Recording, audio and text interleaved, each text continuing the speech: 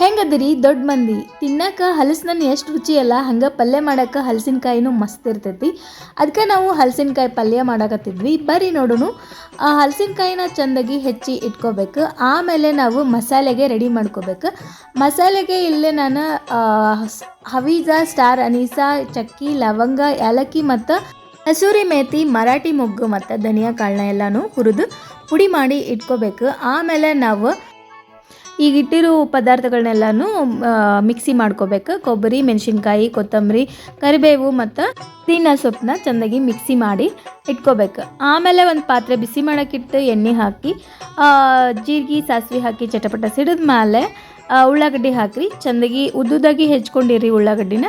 ಆಮೇಲೆ ಸ್ವಲ್ಪ ಶುಂಠಿ ಬೆಳ್ಳುಳ್ಳಿ ಪೇಸ್ಟ್ ಮತ್ತು ಟೊಮ್ಯಾಟೊ ಹಾಕಿ ಚೆಂದಾಗಿ ಮಿಕ್ಸ್ ಮಾಡ್ಕೋಬೇಕು. ಆಮೇಲೆ ಮಾಡಿಟ್ಟಿರೋ ಮಸಾಲೆ ಇರ್ತೈತಲ್ಲ ಅದನ್ನೆಲ್ಲ ಹಾಕೋಬೇಕು. ಹಾಕಿ ಚೆಂದಾಗಿ ಮಿಕ್ಸ್ ಮಾಡ್ಕೋಬೇಕು. ಅದು ಹಸಿ ಹೋದ್ಮೇಲೆ ನಾವು ಹೆಚ್ಚಿಟ್ಟಿರುವಂಥ ಹಲಸಿನಕಾಯಿನ ಹಾಕಿ ಚೆಂದಾಗಿ ಫ್ರೈ ಮಾಡ್ಕೋಬೇಕು. ಒಂದು ಕುದಿ ಕುದಿಸ್ಬೇಕು. ಆಮೇಲೆ ಇದಕ್ಕೆಲ್ಲ ಇಂಗ್ರೀಡಿಯೆಂಟ್ ಹಾಕೋಬೇಕು. ಒಂದು ಸ್ವಲ್ಪ ಉಪ್ಪು ಮತ್ತು ಅದು ಮಾಡಿಟ್ಟಿರೋ ಮಸಾಲೆ ಮತ್ತು ಹಳದಿ ಪುಡಿ ಹಾಕಿ ಚೆಂದಾಗಿ ಮಿಕ್ಸ್ ಮಾಡಿಕೊಂಡು ನೀರು ಹಾಕಿ ಒಂದು ಕುದಿ ಕುದಿಸ್ಬೇಕು. ಇದು ಚೆಂದಾಗಿ ಬೇಯಬೇಕ್ರಿ. ಅಂದ್ರೆ ಹಸಿ ವಾಸನೆ ಹೋಗ್ತೈತಿ. ಹಸಿ ವಾಸನೆ ಹೋಯ್ತಂದ್ರೆ ಮಸ್ತ್ ಇರ್ತೈತಿ. ಇದನ್ನ ದೋಸೆಗೆ ತಿನ್ಬೋದು, ಪರಾಟಕ್ಕೆ ತಿನ್ಬೋದು, ಚಪಾತಿಗೆ ತಿನ್ಬೋದು ಮತ್ತು ರೊಟ್ಟಿಗೂ ತಿನ್ಬೋದು. ಮಸ್ತ್ ಇರ್ತೈತಿ. ಮಾಡಿ ನೋಡ್ರಿ, ಮಜಾ ಮಾಡಿರಿ.